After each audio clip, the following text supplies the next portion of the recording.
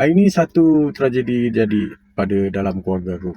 Anak sulung aku kemalangan jalan raya di Kelang dalam situasi nak menghantar barang untuk mencari duit lebih. Aksiden dilanggar oleh pemandu mabuk. Anak Aram Jadah tu, pemandu mabuk tu makan jalan orang, masuk jalan orang. Lepas tu pandu laju-laju, bertembung dengan anak aku.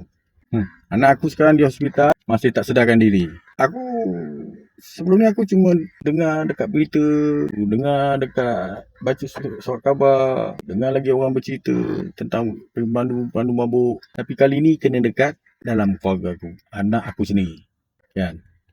Jujur aku cakap, aku berdendam dengan pemandu mabuk.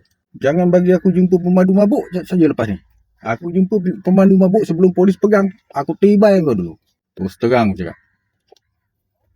Kan? Pemandu mabuk. Kau dah mabuk.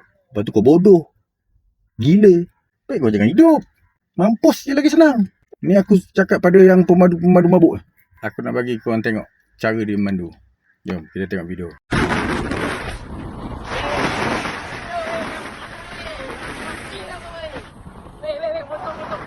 Allahu Akbar.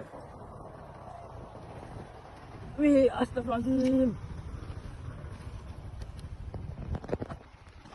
Woi! Papan! Kau pakai apa? Weh! Weh, kau agak-agak weh! Weh, kopan! Tak, bukan. Bukan apa?